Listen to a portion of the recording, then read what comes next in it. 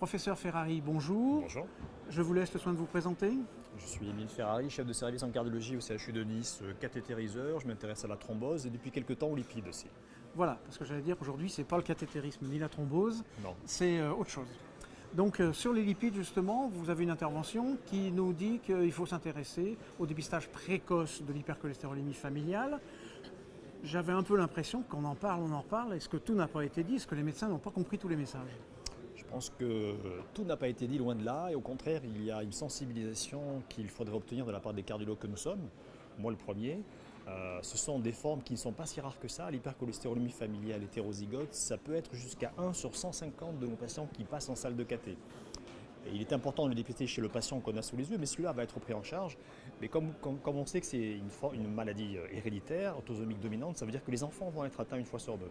Et quand vous arrivez à dépister les enfants, ça veut dire que vous allez sauver des années de vie avec un traitement adéquat, statine ou éventuellement des thérapies plus modernes. Donc c'est particulièrement important de les dépister, de savoir le faire, de les reconnaître. Est-ce qu'il n'y a pas une ambiguïté de terminologie entre les hypercholestérolémies monogéniques, polygéniques, et homozygotes, hétérozygotes, qui fait que finalement, les médecins ont l'impression qu'il y a une poussée des laboratoires un peu irrationnelle, commerciale, et qui va à l'encontre du but recherché. Est-ce qu'on ne pourrait pas être plus clair là-dessus? Alors je suis d'accord avec vous, il y a la forme polygénique et celle qu'on voit pratiquement toujours, c'est les gens de 60, 65, 70 ans qui ont un peu de cholestérol avec une petite entre guillemets forme familiale, mais ils ont aussi un embonpoint, ils ne suivent pas les règles diététiques habituelles, mais il n'y a pas d'infarctus précoce chez eux. Ils font leur maladie coronaire à partir de 60 ans, ce qui peut être relativement précoce, mais qui n'est pas très prématuré. En revanche, il y a la forme génétique familiale. Dans la forme homozygote de gènes malades, à ce moment-là, c'est des gens de 20 à 25 ans qui vont faire l'infarctus du myocarde, c'est une catastrophe. Et dans la forme hétérozygote, la maladie peut arriver à 30-35 ans. Et toutes ces années où ces patients restent avec de fortes doses de LDL cholestérol, 3 grammes, 4 grammes, 5 grammes, sans traitement, ils abîment leurs artères de façon prématurée. C'est cela qu'il faut dépister. Donc, si j'ai bien compris, vous êtes en train de me dire, une fois que l'accident est là, rien que l'âge suffit déjà à mettre la puce à l'oreille. Absolument. Mais si on pouvait faire mieux avant, ce serait pas mal. Alors c'est facile de faire mieux, il faut interroger le patient. Est-ce que dans sa famille, il n'y a pas eu des formes prématurées de mort subite ou de coronaropathie? Forcément, si le patient est jeune, vous avez déjà la réponse. Et puis il faut le regarder. Et en le regardant, vous avez une fois sur deux des dépôts cornéens qu'on connaît bien, le xanthelasma, les dépôts cornéens sur les tendons. Il faut interroger le patient et l'examiner. Ce n'est pas la peine de faire une écho, de faire du cathé. Et ensuite, quand vous avez un doute, vous allez revoir la famille, vous faites un taux de LDL dans la famille et vous avez le diagnostic.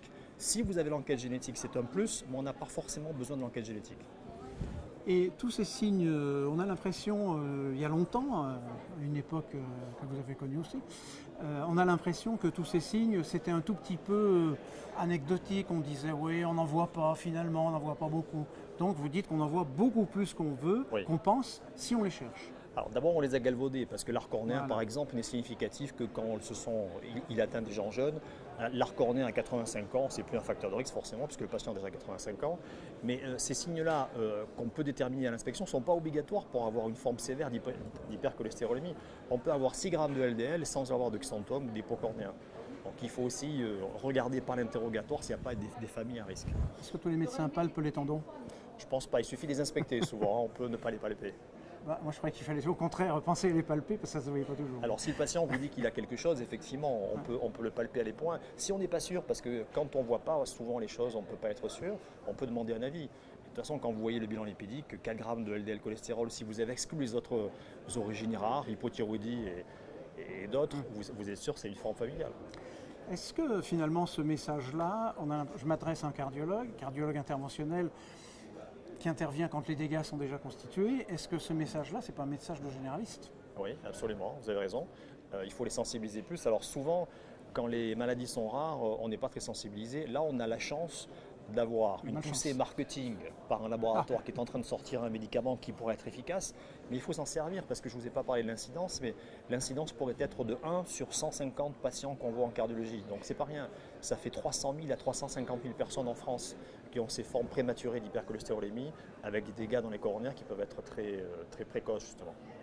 Et les médecins scolaires, par exemple, ils sont sensibilisés à ça aussi? Alors figurez-vous qu'il y a une grosse étude qui vient d'être publiée il y a quelques mois dans le New England où ce sont les enfants qui, justement, lors d'une visite scolaire, bénéficient d'une prise de sang pour détecter l'argamanu et les hypercholestérolémies. On en trouve à peu près 1 sur 250. Et quand vous détectez chez les enfants à 3-4 ans, vous commencez à les traiter à 10 ans et vous leur donnez une espérance de vie qui rejoint celle d'une population normale. Sans traitement, ces enfants auraient fait un infarctus à 20, 25, 30 ans. D'accord, donc il vaut mieux dépister Oui. l'hypercholestérolémie Très jeune. précoce que le diabète, c'est moins payant avec le diabète. Ah, je pense que le risque est beaucoup plus important avec une forme familiale d'hypercholestérolémie qu'avec un diabète. Le risque relatif il est multiplié par 3 à 15. Avec le diabète, le risque est important, bien sûr, mais il est multiplié par 2 ou 3 à peu près.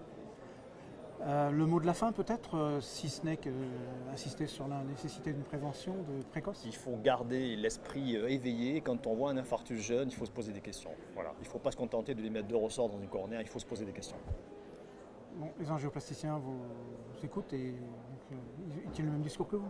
Voilà, mais il faut savoir à qui l'envoyer, parce que comme c'est une pathologie qui n'est pas forcément très reconnue par beaucoup de médecins, il ne faut pas seulement les envoyer au médecin qui va gérer le post-infarctus, il faut que les personnes et les équipes soient sensibilisées à cette possibilité et cette maladie rare. Ok, merci beaucoup.